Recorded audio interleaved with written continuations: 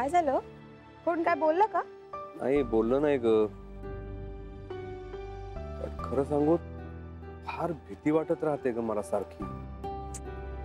अहो सर, तुम्ही नका टेन्शन घेऊ. तुम्हाला एकदम बेस्ट जमतंय सगळं. आई शपथ. बरं झालं तू होतीस, म्हणजे अचानक भेटलीस म्हणून बरं झालं. पटकन आवरता आलं. सुरेखा, तुझी किती मदत होते हे मी नाही सांगू शकत तुला. तुझे आभार कसे मानू तेच कळत नाही. सर, तुम्ही असं नका बोलू सारखं सारखं. पण मी काय म्हणते सर, तुम्ही अशी रिकामी जागा वगैरे बघा ना, कुठेतरी मिळेल की.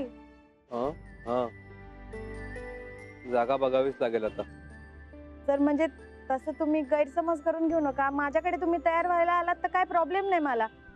फक्त माझे मिस्टर जर आले ना, तर त्यांनी हे सगळं बघितलं तर त्यांना काय वाटेल मला माहित नाही. हो बरोबर आहे तुझं. पण नाही, तुझ्या घरी नाही येणार मी. माझ्यामुळे त्रास नाही होऊ देणार मी तुला. बरं चल आता निघ तू. ऑलरेडी खूप उशीर झालाय तुला. सर, काही लागलं तर सांगा आम्हाला. म्हणजे दुसरीकडे सोय होईपर्यंत मला सांगा. काही लागलं तर फोन करा.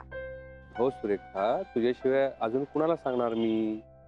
हा येत. चल.